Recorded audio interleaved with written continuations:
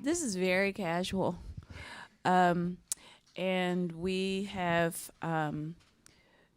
usually we start on time here at Kelly Writer's House. I don't know if you know that, but did you know that? Um, but the poetry time is creeping in the world to all venues. So, welcome to Kelly Writer's House this evening. My name is Simone White. I teach here at Penn, and I'm very happy to have these two terrific people here tonight. I'm not going to give an extensive introduction of them. I'm going to tell you what the format is, and I'm going to tell you their names and their basic bios, and I'm going to tell you that they're each going to read for about 15 minutes, which really is 18 or 20. And then we're going to have a conversation together about what they just did and how they did it, maybe. Like, I try to have a somewhat technical conversation about the work that we're hearing and how people are making the work that they're making now. And that's partly because these readings that I've been asking people to come and give are really about, from my point of view, and the reason I ask the people who I have been asking is that they are about what it means to them to be sort of standing at the verge of professional poetry life, whatever that means to you. You know, it means different things to different people. But I'm very interested in the moment of emergence into a kind of poetry professionalism. And so that's kind of one of the things that we try to offer to people who come to hear these readings. Okay, so with that, let's get started. I ask that everybody silence or put their phones on vibrate or whatever. Let's see.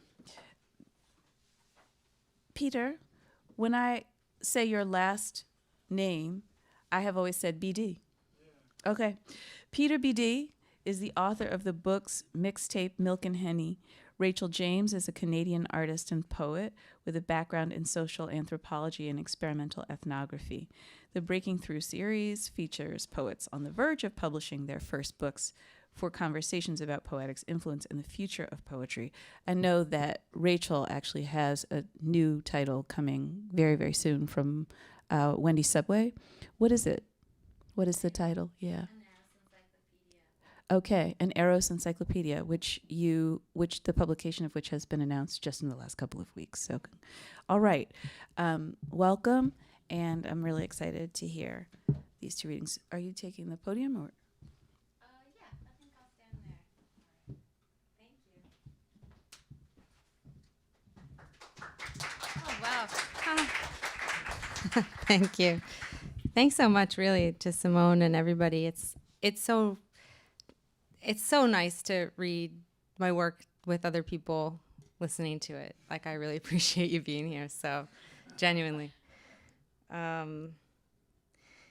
So I thought I would read first from the manuscript a little bit, and then after I wanted to read something that is a more recent thing.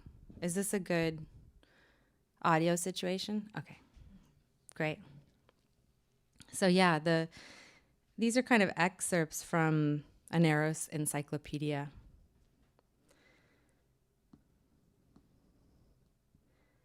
Act 1. And lo, then I awoke, perceived the surroundings, first with skin then eyes. It was dark.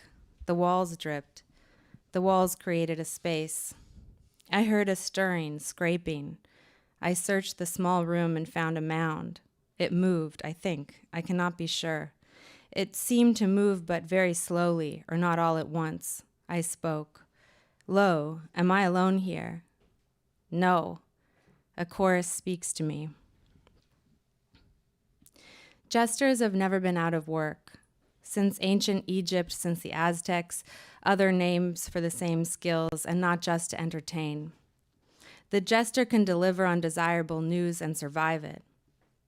I walk the neighborhood looking for shower hooks, curtains, deodorant, tampons, strawberries, a package at the post office. But all this is to not invite other things, not think other things. I despise having secrets, and I have one. I said I wanted to have secrets, and here I have one, and I despise it. What boundaries we ask of each other. these invisible lines, these cages we beg of each other, and it's over a lifetime. I do not want to have secrets now that I have one, but what of an ideological life? I don't want one. I never do anything too bad. If I want to do bad things, I have to have secrets. If I have an ideological life, it will be too painful to do bad things. If I live a life of not doing bad things, I'll be miserable. A tree extends into what it can to grow tall. It bends through decades of wind. It claws onto a cliff, making do with little soil. It reaches down into the dark. In the dark, I wonder what others could do to me and what I would want them to do. If I say everything, I will be unhappy. But what is the right amount to say? Nourished as gods are by the infinite elation of looking at reality all the time. A friend told me once he went home with a girl. This was when we were called boys and girls, and they undressed and they kissed.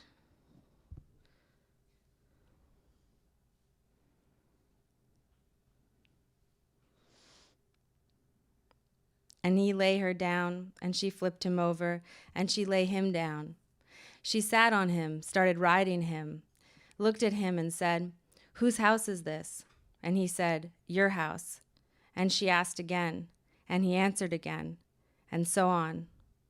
Whose house is this? Of flesh resting uneasily between ambitions. Who lives here? A woman and her audience. Where is she?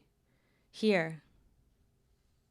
If I say everything, I will be unhappy, but what is the right amount to say? The first time I arrived at Isabel's new home in the country, I wanted to take her hair in my fingers and not speak.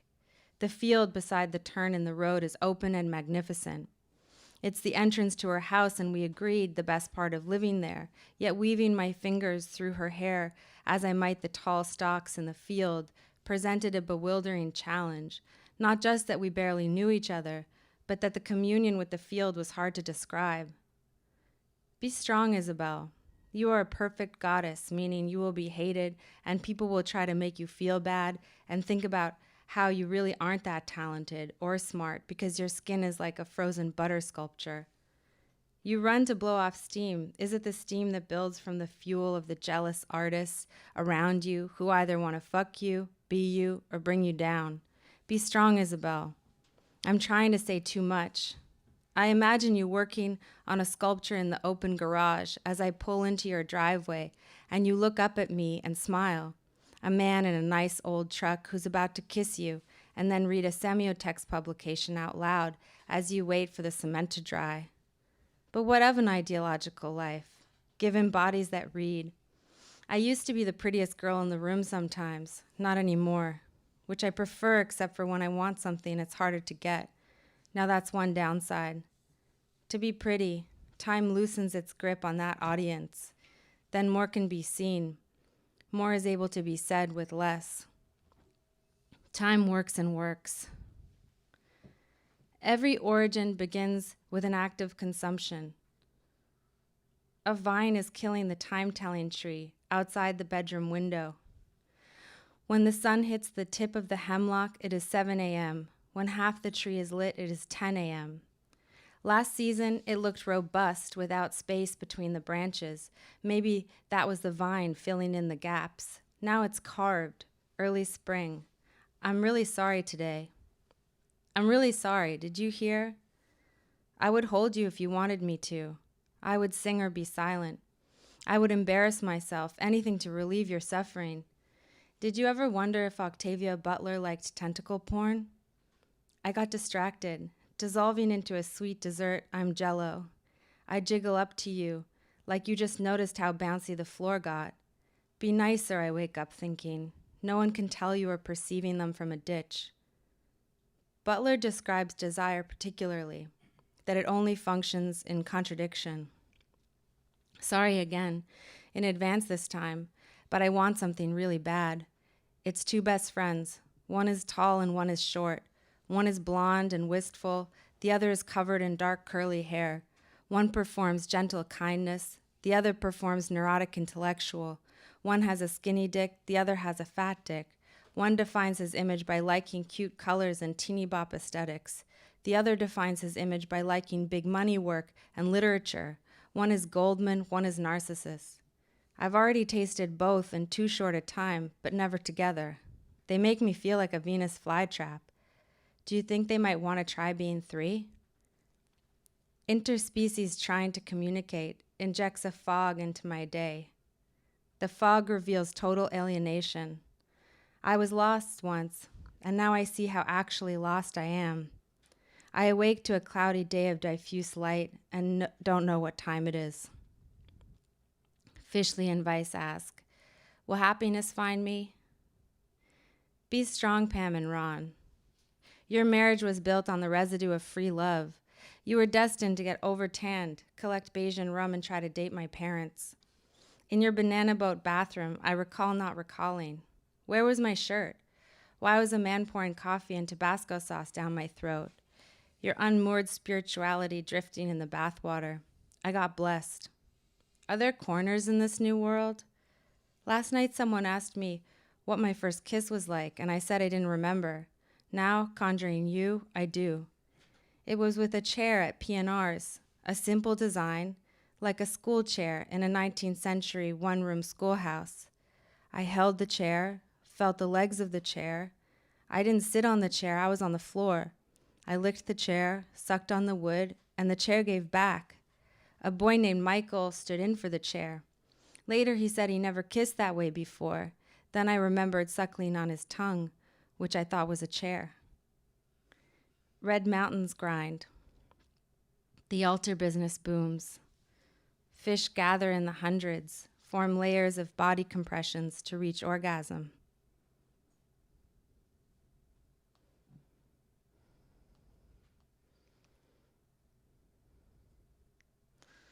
To endeavor, to trial, essay as a verb. As I had the good fortune a few years ago to be heard by Your Royal Highness at Your Highness's commands, and as I noticed then that Your Highness took some pleasure in the little talents which heaven has given me for music, and as in taking leave of Your Royal Highness deigned to honor me with the command to send Your Highness some pieces of my composition, I have, in accordance with Your Highness's most gracious orders, taken the liberty of rendering my most humble duty to Your Royal Highness with the present concertos. Sounds like I'm at Bed Bath & Beyond on a Groupon date getting holiday potpourri shoved up my V. Annie says I shouldn't smile so much because it's fake. She says I'm not as nice as I act. Before this, she told a long story about whether or not to tell personal stories in your work, and she had not, and that was the reason she still fucked up, because she held on to things. In the end, she said it is more noble not to tell and let the telling be about something else, something more worthwhile. I am fake. Sometimes I act like I work at a low-budget hospital. A lot of people don't like me. Is that for the times I'm fake or the times I'm not fake? I especially hate the ending of this song, being force-fed cardboard food displays, gums are cracking. If I don't get some water, I'll choke and die on these horns, swiveling like a over-labored serif S on Dafont.com. I open tender buttons. Is it odd the designer chose a Rastafari color palette for the cover? The subtitle is Objects, Food, Rooms. Is that a joke? Turned on by jokes, I look up Gertrude Stein lovers. Alice B. Toklas and Gertrude Stein are basically identical, or is that just me?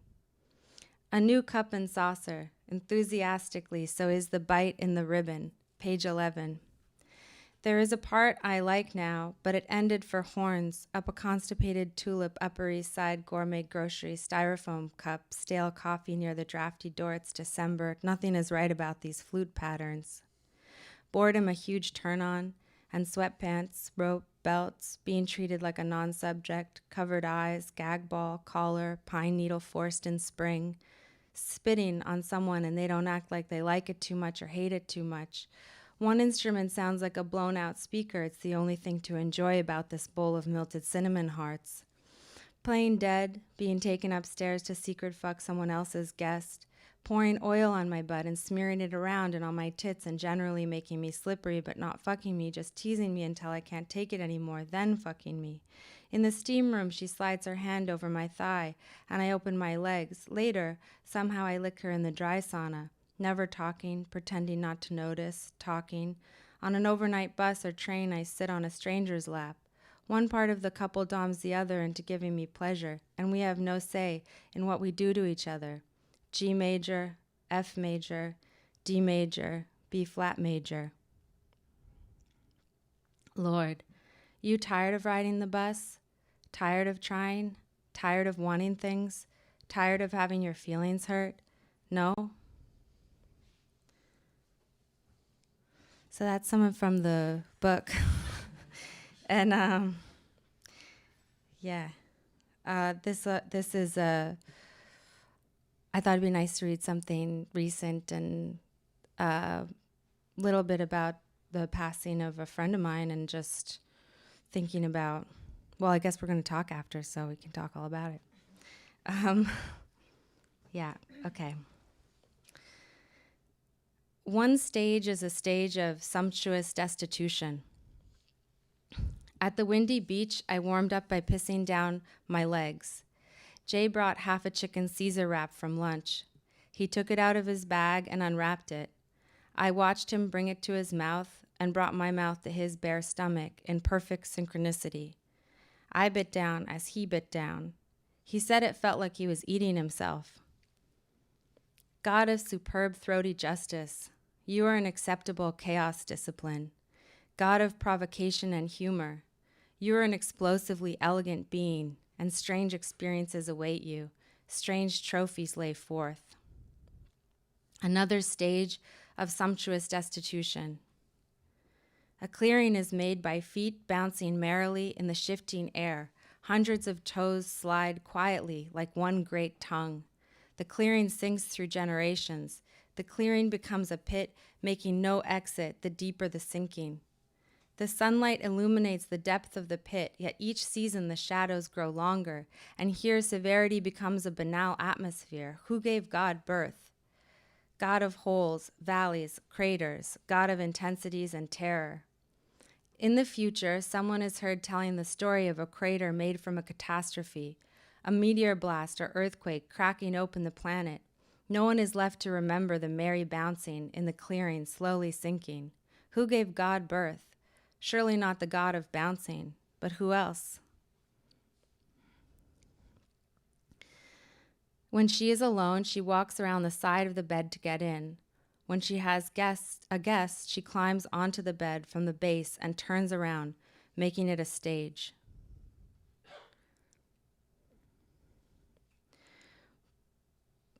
One stage is the MGM Western walkway, empty of actors and filled with laborers, painting and stomping down the dirt to make the perfect amount of dust rise when the actor walks the strip. One stage is the narrow patch of safe ground during a stampede of close to extinct buffalo. Nothing recedes like success. One stage is a stage of natural losing. Very familiar with the slow flutes of the health insurance hotline. In his last hours, David's hospital roommate was moaning and yelling.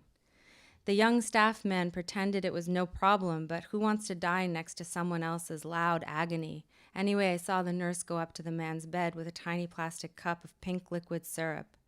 I didn't stay to see if it worked. This all seems unimportant, like the details no one needs to remember, if needing to remember is a need. When I taught children, we did an activity. I said, "Is this a want or a need?" Holding up a card with a word on it, like internet. The children would walk to one side of the room or the other, depending on their opinion, and they were allowed to change their mind. And they were allowed to stay in the middle if they weren't sure what they thought. Courage is what I saw, to say why you think what you think, and to let someone else's thoughts change your mind, and to let other people watch that happen. David said his worst nightmare and his biggest wish were the same, to be seen.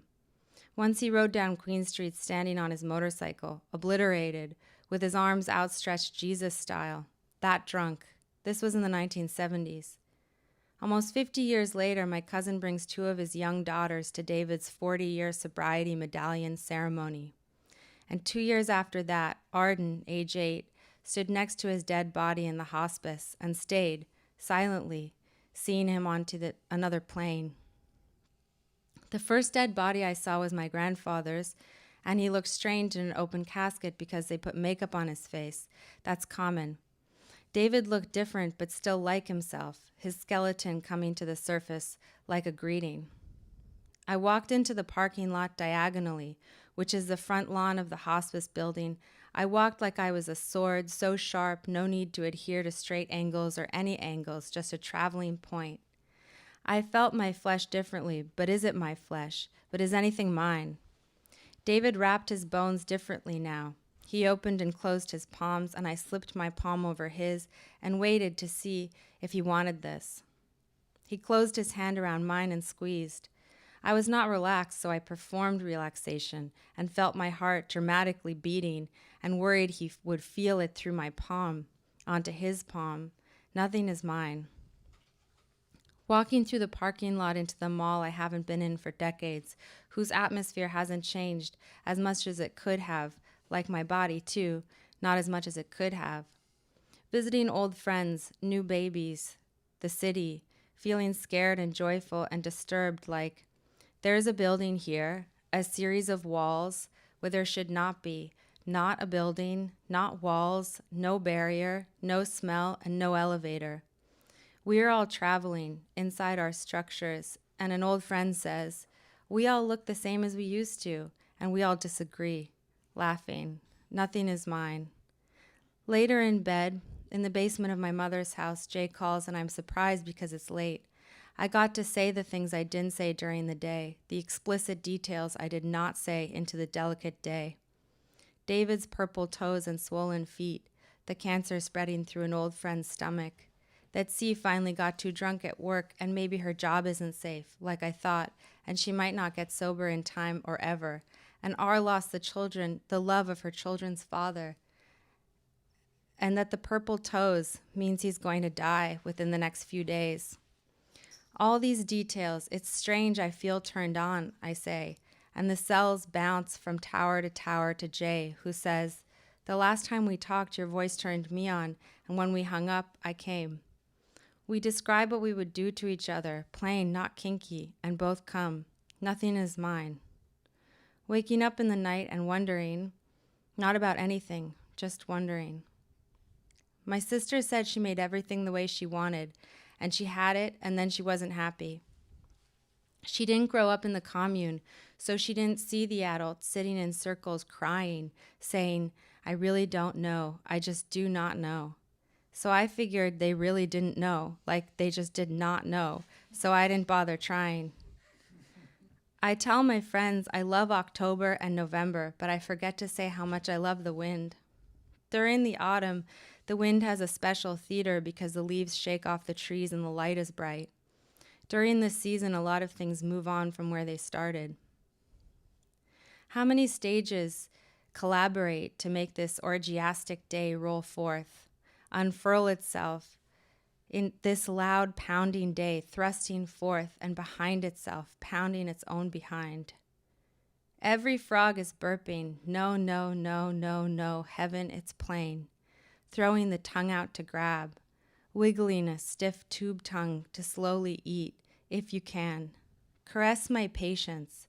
I've graduated to mortality, tickling the purple toes, knowing what the purple knows. Thank you.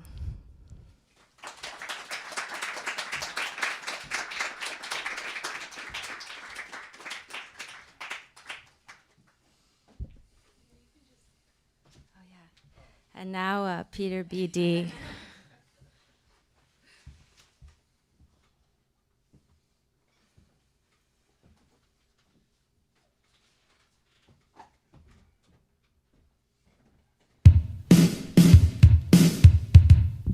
We're starting off with a song.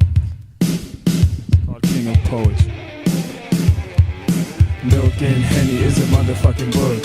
And you know that I had the game took. Sucker poets need to stay in their lanes. Thirsty poets just here for the fame. Yes, these rhymes are quite obscure. You're listening to the king of literature. I'm the poet king, didn't you know? Writing classic shit like Edgar Allan Poe. This is the Peter B.B. show. Annihilating white poet writing bros. Matter of fact, you poets are my sons. Except the queen bee, Precious Okoyoman. You're writing such balls, someone called the feds. You know who writes well? Andrew Weatherhead. Putting all you bum lame poets to bed. Your style is mad old, you have no lit cred. No one out here can fuck with my crew. Your poems got rejected by the past review. Doing big things is the only way to go. Writing hot shit. Alright. That was called King of Poetry from my Milk and Henny mixtape. I just wanted to make things awkward, you know, with the song. Okay, now I'm gonna read some stuff.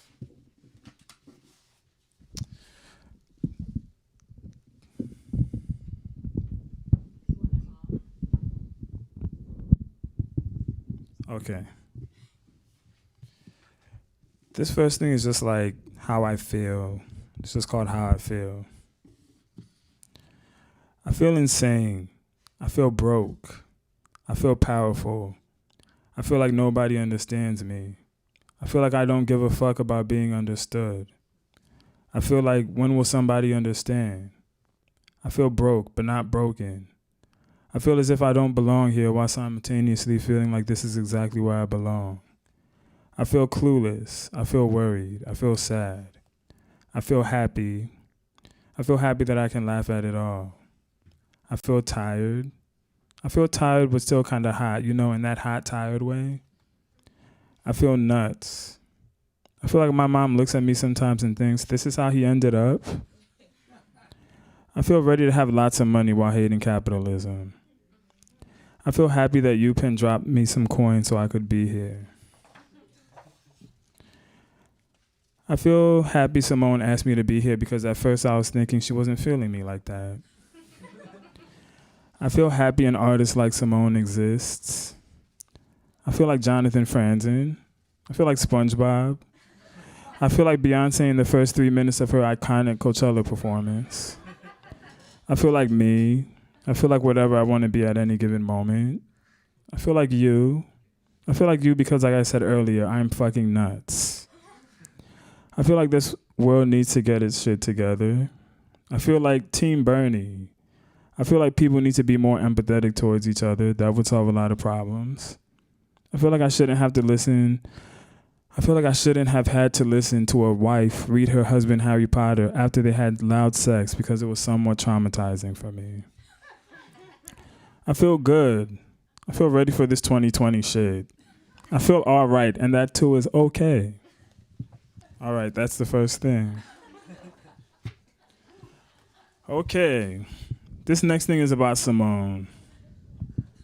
I like write stories about people, so I just felt like, you know, writing something about Simone. That just spells out her name. S is for staying humble, even though you're 10 steps ahead of your contemporaries. I is for initiating conversation with Simone is only a good idea if your IQ is up to par with hers, which it is probably not. M is for many people have tried and failed to write a poem as good as Simone's. O is for only the brave would have the audacity to attempt to write a poem as good as Simone White. N is for not only is she the queen of Philly, she moonlights as the king of New York. E is for everybody loves Simone White. W is for win. All Simone knows how to do is win, win, win, no matter what. H is for how in the world would one person be so talented?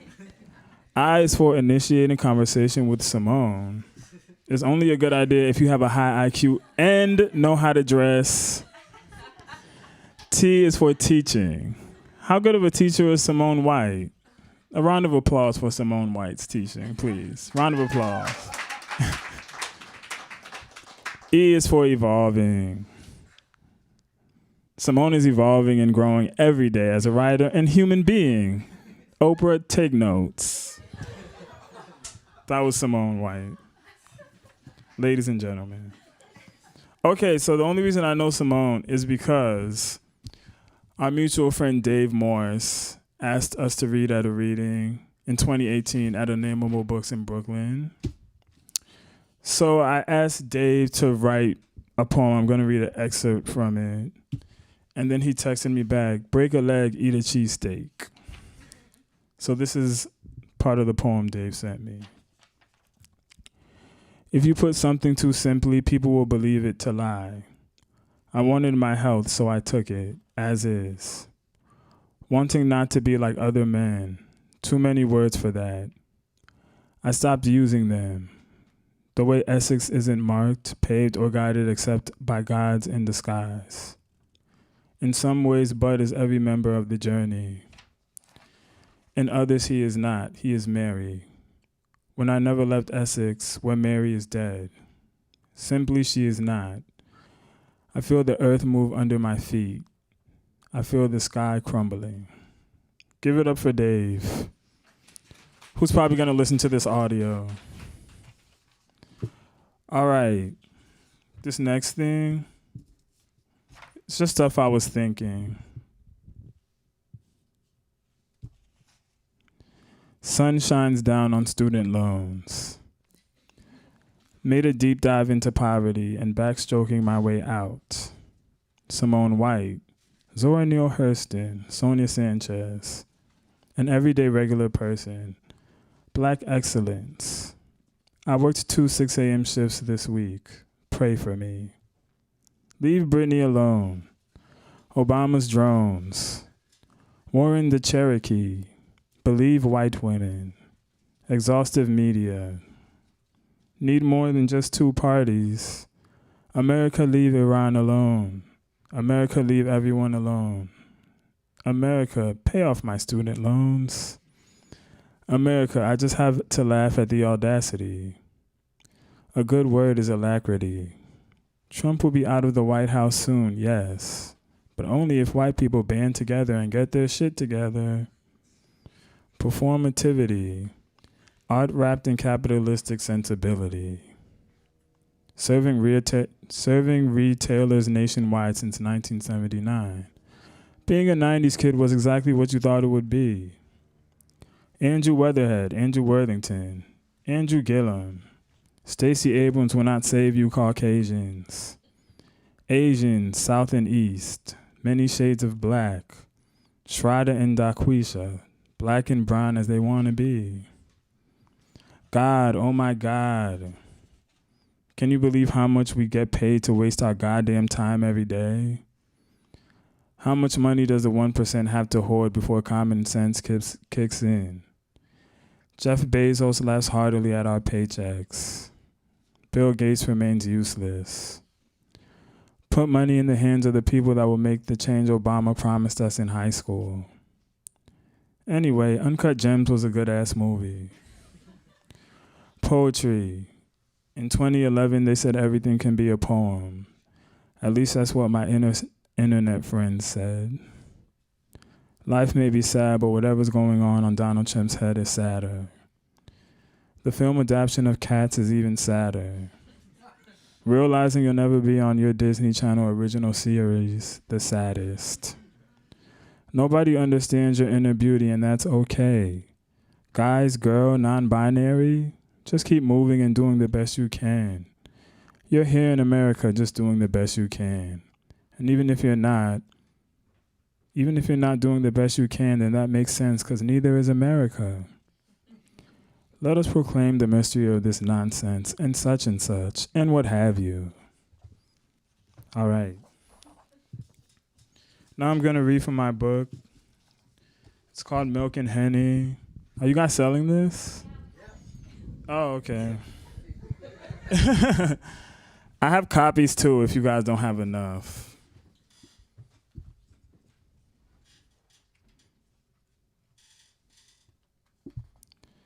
As the young man gazed up at the eclipse, he thought, damn, I'm looking at the eclipse.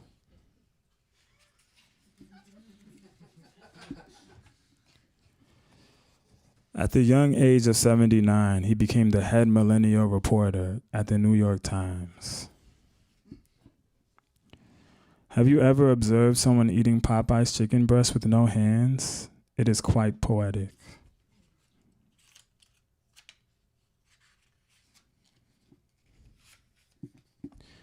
If Jonathan Franzen or Jonathan Safran Foer don't have an opinion about something, another white man named Jonathan will. I find solace in this.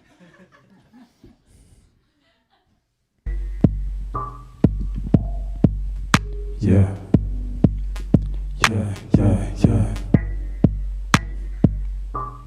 Jonathan Safran Foer wrote, extremely loud and incredibly close. Extremely loud and incredibly close. In 2005. It's called Extremely Loud and Incredibly Close, written by Jonathan Safran Foer. Yeah. These facts, extremely loud and incredibly close. Jonathan Safran Foer. Jonathan Safran Foer. Jonathan Safran Foer wrote extremely loud and incredibly close. Yo, I heard he wrote this book in one day, son, real talk. Yeah. Tom Hanks. Tom Hanks was in the movie. It's a novel.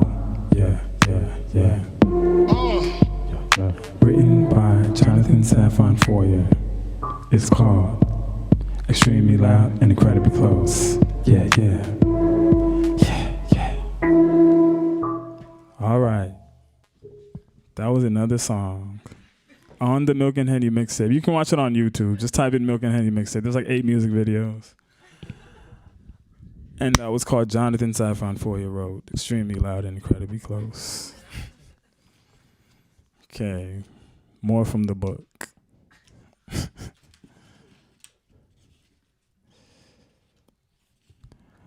Being alive is a social construct.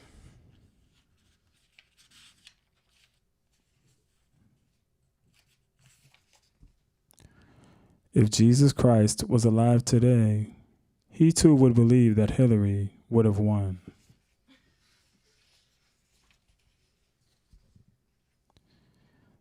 Today is the day to let the world know that your emo phase did not receive its just due.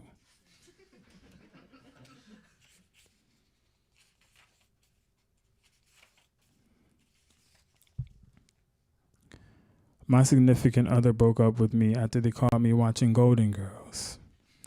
Being that I'm addicted to watching Golden Girls, and they've told me on countless occasions not to watch Golden Girls, this was a deal breaker for them. Now I'm single and I'm lonely from the countless nights of laying in our queen-size waterbed all by my lonesome. However, at least now I get to watch Golden Girls without being threatened.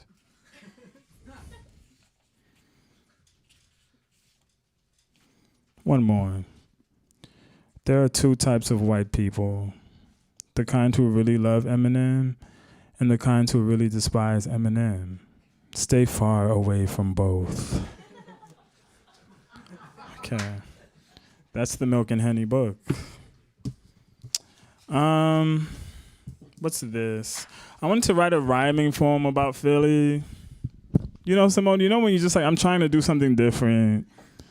It just wasn't. I'll just read a little bit of it. I never lived in Philly, but I spent a lot of time here growing up. Like, you know, I spent my 18th birthday here, 21st birthday, you know. I saw Lauryn Hill and Nas here for the first time at the Electric Factory. Remember the Electric Factory? Yeah. No? Yeah. All right, here it goes. Philly, a city of dreams and love. Where someone will curse you out 1 minute and the next minute give you a brotherly hug. South Street, the Eagles, Q102. The city has so much to offer. That's where it ended. I didn't know. I was like, I really did try. Then I was like, what should I do with this? Should I go around the audience and have them help me finish it?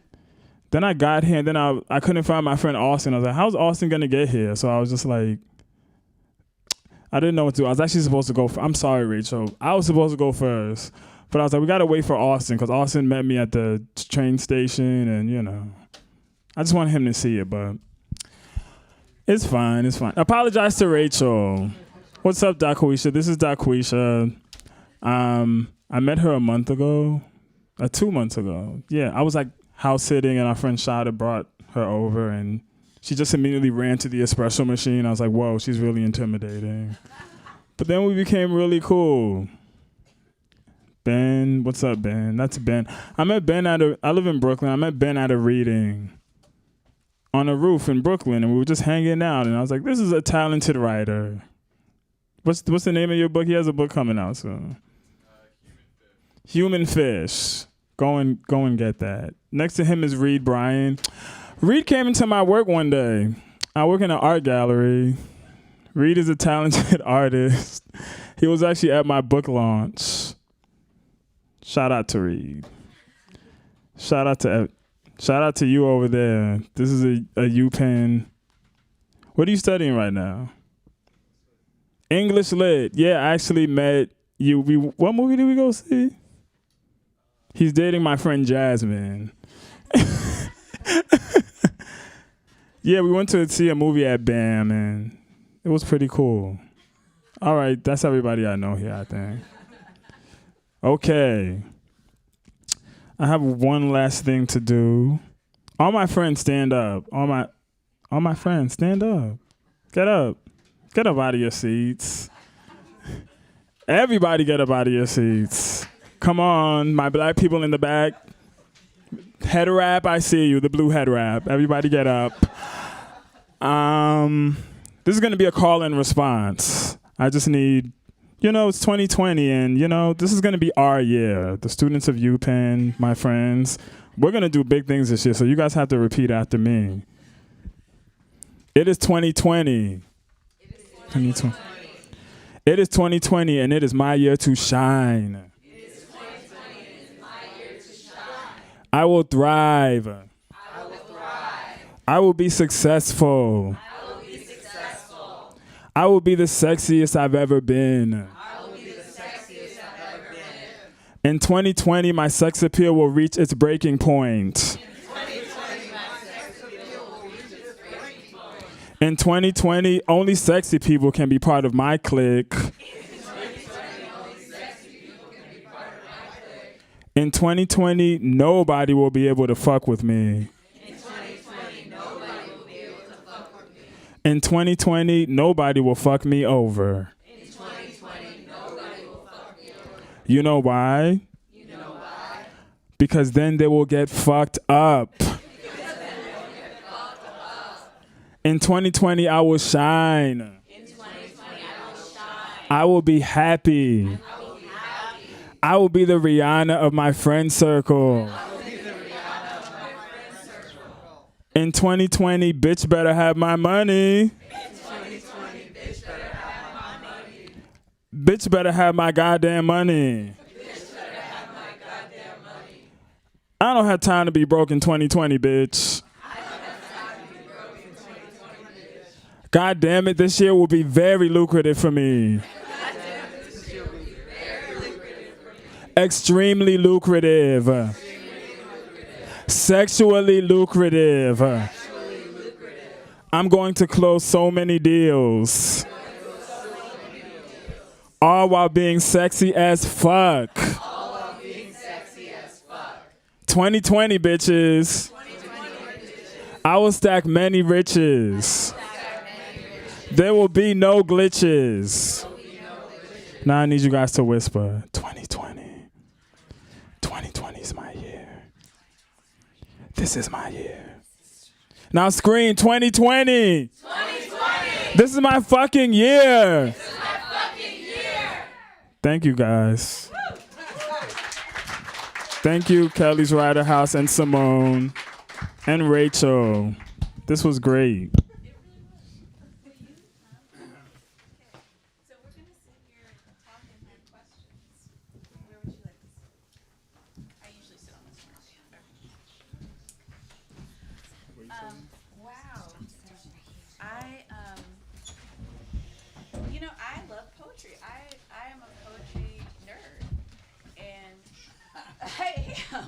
And sometimes I forget how much I love poetry until I hear some amazing poetry. So, first of all, like, that was the best reading I've heard in a while. And I feel really lucky to have heard you both. Why was it the best reading I heard in a while? I always ask myself that question. And so maybe we can start like with a little exercise. Did you think it was a good reading? Yeah. Yeah? I had a lot of fun. You had a lot of fun. It was Did you have nice. fun? Did it feel good? Yeah, it felt good and I had fun, yeah. Well, maybe I can say that why I think it's a good reading. Maybe that would be helpful. And this is actually to open the conversation with you all because it's less important that I talk than that you have an opportunity to ask questions. But one of the reasons I thought it was a great reading and why it made me feel really excited about poetry, because I was actually feeling receding and have been recovering from the flu and was like, I don't really need to say anything this evening, but I feel importantly to ask you questions. First of all, I've been thinking so much about what there is to retain about poetry, like why should we keep it, and what aspects of poetry we should keep. And you both gave me very, very interesting answers to that question, I think. I thought a lot while Rachel was reading about Rachel's first of all, what incredible linguistic energy is in that work. And you really get the impression that this is a person whose mind is never, ever quiet and can generate just an endless series of combinations, as opposed to a poetry that is like formally rigid and does not want to let go of the possibilities of like figurative language being offered to us in like little boxes in a way. And so, I'm just very, very impressed by your willingness both to go to the poetic and also to forget about it altogether and think about narrative and think about, the like critical and theoretical content that you need to bring out for yourself, you know?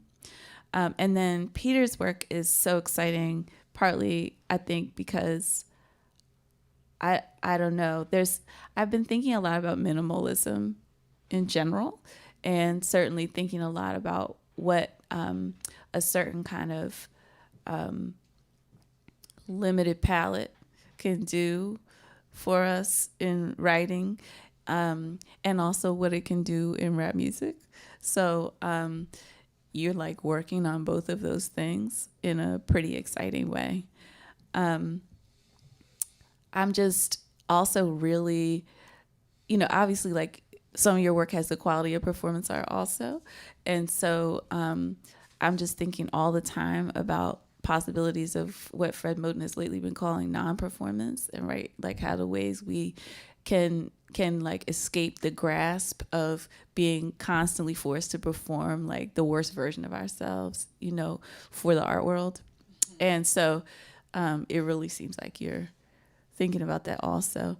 So anyway, I'm deeply impressed by the work that you're both doing. And I just want to basically turn it over for questions and to ask you both to ask each other questions and talk to each other also about your work. I'm very honored to have had this poem written about me today. Yes, Sunny. Will you take the mic because... Hello. Hey, hi, I'm Sunny. I'm a second year MFA student here at Penn. Hope I get that coin, straight up. Rachel. Me too, I really. Hey, nigga, wait, we need that money. All right, Rachel, poem was hard. Poem was hard. I love it. If your book was out, I'll buy it now. I'm gonna buy your book tonight too. Thank you. We getting that coin in 2020. But a real quick thing, and thank you, Simone, for being my professor and telling us about this. So I have my question is around like I'm trying to figure out, I guess I came into poetry at a very interesting time where you said in 2011, like everything's poetry. And that's kind of scary for me. I did like Louder Than a Bomb and spoken word in high school and creative writing in undergrad at Iowa for a bit. And watching you guys just do this was just like, wait, this is why I love art, right? And trying to come back to that and write poems. But like, what would you say for someone who's now coming back into poetry at this very interesting time and trying to like, I've wrote like 4 poems for class tomorrow because I got workshop tomorrow. And I'm trying to be like, oh shit, nigga, this don't sound good. And I'm just like going in my head about it. But just some advice. I don't have any real questions about like anything outside of that just yet, but I will. But yeah, how do I get back? I miss y'all. It's nice here.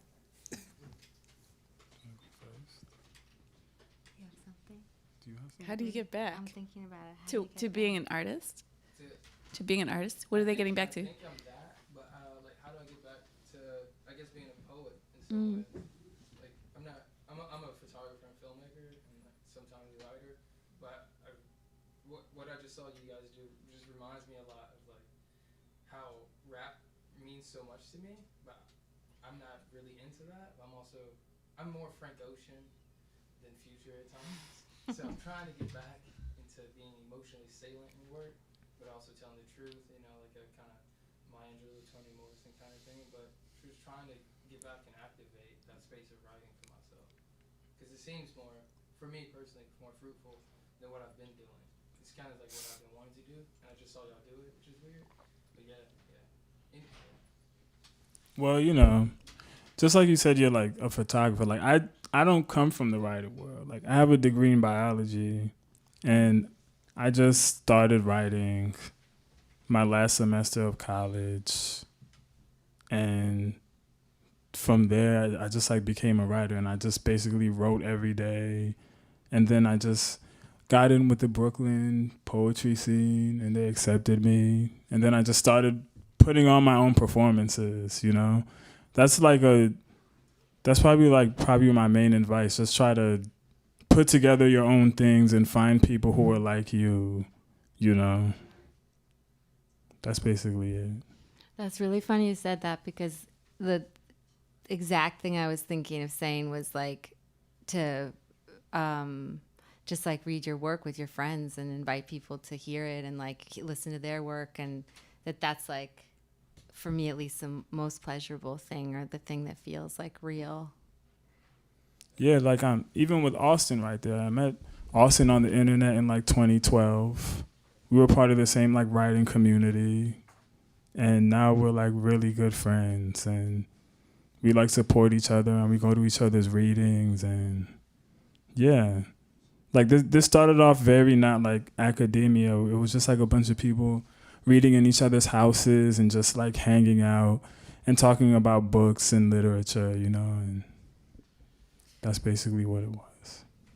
Can you actually? Oh, please. Yes. When I was a very young man, about 9 or 10, I used to read a lot of books, and I used to read out loud. And when I went to school, they said, no, you shouldn't read out loud, and they put me in remedial reading.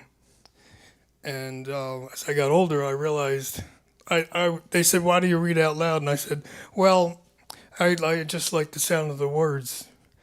And today I'm a songwriter, lyricist, and I was wondering, when did you discover that you love the sound of the words? Like in terms of writing or music. Just sound in general. I fell in love with sound too. Music, that is. I mean, I love music too. I would say I always loved music ever since I was a young boy. But I didn't really fall in love with writing until my last semester of college. So that's probably when I fell in love with it. And then as far as the mixtape, I just came out with the book. It was a fun experience. And then, I'm just always doing stuff. So I was like, let me do a mixtape too. Like, let me just do songs with my friends and just incorporate all of these sounds and have them like direct videos and stuff. So it was a good way to merge both of those things.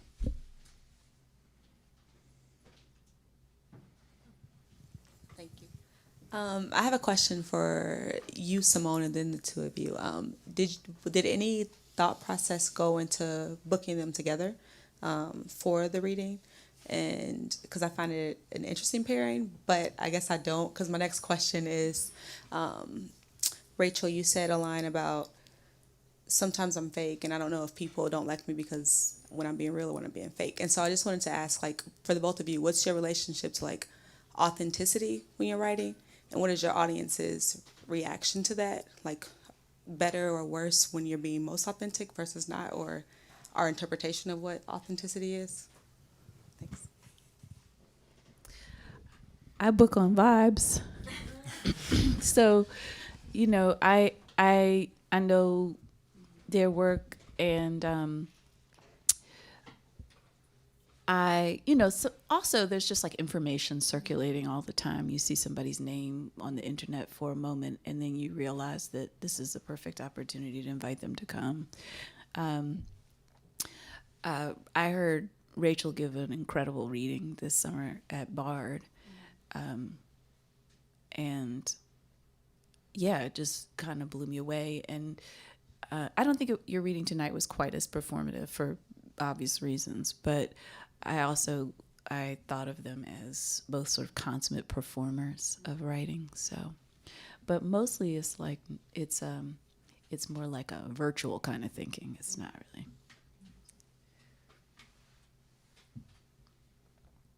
Oh, yeah. Yeah, that's a really good question. I think to what Simone was saying in the beginning of like this moment is like, I don't know yet the response, because I'm kind of just beginning, like this will be my first time trying to publish something in on the page. But I definitely think that the only reason I'm here, like now working on the page, I think is like a strange vicarious route, maybe similar. I mean, in its strangeness, I'm not sure to you, but like I don't come from literature at all or poetry, and I work as a journalist in sound and radio, like a audio documentary. So basically, it's like I think working many years with The Voice, that helped me find a way to feel a kind of freedom and work basically like thinking in sound and writing, coming back to writing through that.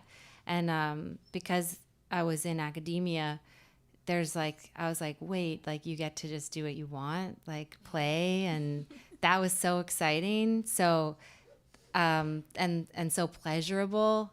So I think, I'm not really worried about, I don't know, really, I don't think about authenticity in terms of truth or not, but maybe just like, it's funny. Yeah, I guess there's a question in journalism, like often they say like, do you actually want to know the answer to your question? Like as a way of figuring out if it's a good question? Like, is it a question you just think other people want to know about, or do you really actually like care what the answer is? Like, are you really asking, like me? So I guess that's another thing. Like if I feel like I'm really asking, then it, at least for me, feels better. But I'm curious to see, like, I don't know. It's a good question. I don't know what other people feel. You know, I feel similar to Rachel. Like what you were saying in terms of like, damn, I can do what I want now. You know, like, because, you know, the science world is so, like, rigid and just, like, everything's so specific. And then I was writing and people were just like, you're a good writer. Like, you should, like, do reading. I was like, what's a reading? I never even did a reading before. I just went to, like, a reading in Williamsburg. And I was like, wow, this is, like, really amazing and fun. And, yeah, as far as, like, authenticity, I think mostly I just try to, like, inject humor into, like, whatever I do. You know, and just like, I don't really like think about it too much. I just try to like, if I'm doing like a live performance, I try to be like entertaining, you know. But in terms of like when I'm writing, I don't really think about it if I'm being like authentic. It's making me just think of one other thing back to the what you were saying about like coming back to how to get in or back to poetry or something was also making me think like how another freedom I found is like thinking reading is also sort of a form of writing, or that there's a lot of freedom in borrowing things from other people and just like maybe having more permission, like that everybody's borrowing from each other in some ways. We only have a couple more minutes, but I wanted to out. There is a couple questions in the back. Yeah. Thanks for your readings. I think that, I recently came back from Bangladesh, which is the country of my family's.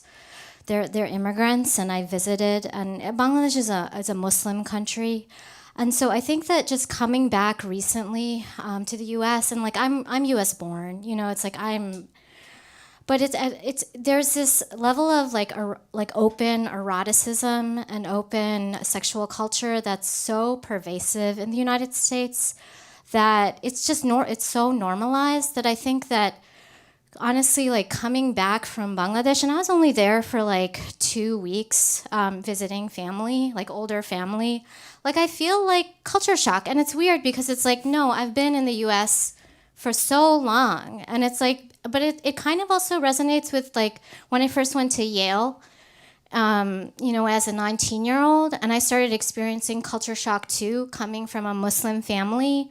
And like I was made to dance like big pimpin', like freshman orientation. But it's kind of like, no, because that was actually painful. Like that wasn't actually a painful experience. Like it wasn't, I know you're laughing, but it's like, that was actually painful. And so I feel like I enjoyed the poetry, and it's like, these are things that I like I enjoyed the verbiage and the presentation and everything, but it's just also kind of like, it's a little, it causes some dissonance in me just coming back from Bangladesh where my grandma is and all my older female relatives are, and even the men, like it's just very different. Can I speak to this for a second? So I'm teaching a trap music class this semester. And one of the things that happened today that was, like teaching is, do you teach? No. One of the things that happens in the classroom after you have a class, especially if it's like a pretty decent one where like nothing goes terribly wrong, is that you second guess every word you said. Like, did it hurt somebody or something? And so the class is about trap music, which is inherently likely to hurt people. But also the class is designed to help us to actually begin with the moment of dissonance and to think about how it is that we can engage with it and not simply wish dissonance itself away. That is, I like rap music a lot, and I listen to it all the time. And so in my class today, one of the things that happened is I was playing a song, and I insist on this, that when I'm teaching this work and I'm trying to tell people something about a song, I play it. Obviously, we play the music in the class, right? I don't sit there like this, which is, I think, one of the central problems of the performance of Black respectability in public spaces, where you're supposed to pretend that you don't like unsavory Black things.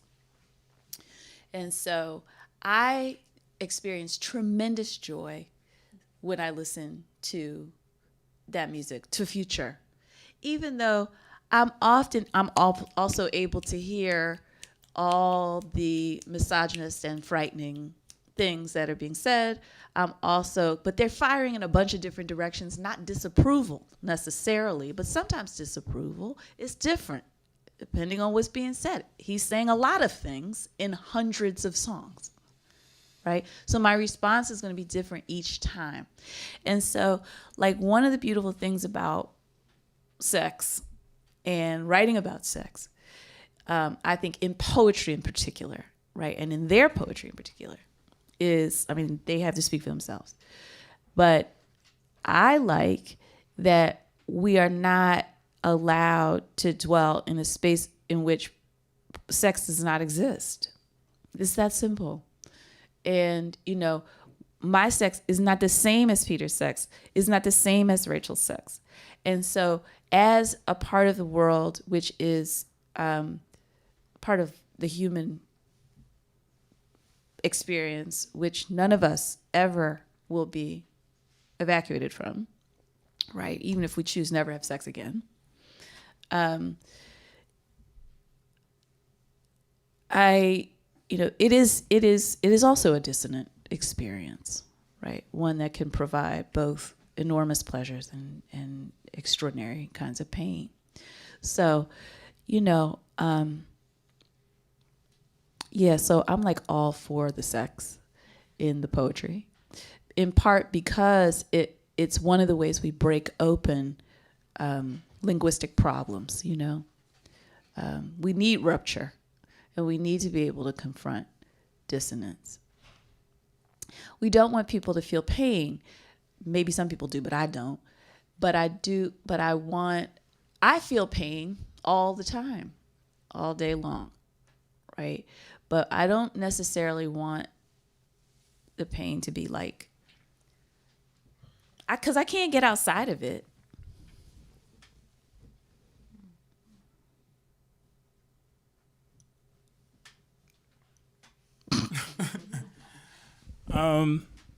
Yeah, I think, what you said earlier about feeling weird. Like, I have immigrant parents too, and like, I was like on a very specific track to go to medical school or be like a biologist or something.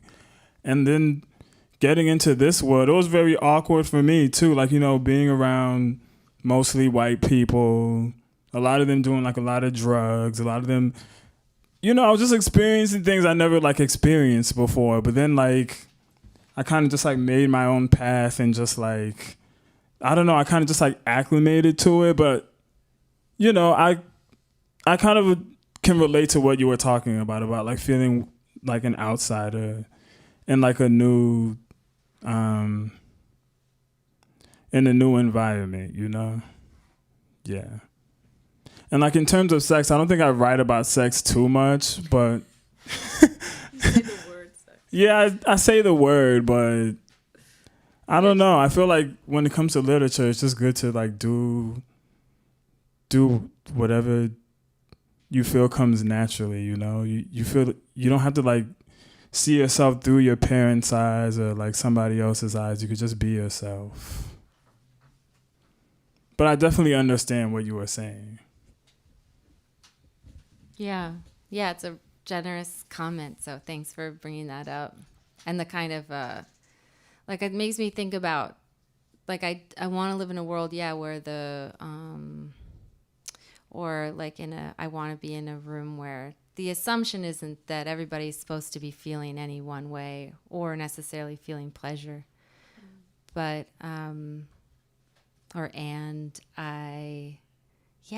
it also made me think about like, well, why does this come up a lot? Not always, but for me, at least in my own writing, I think part of it is also not hearing a certain way, like not hearing sex come into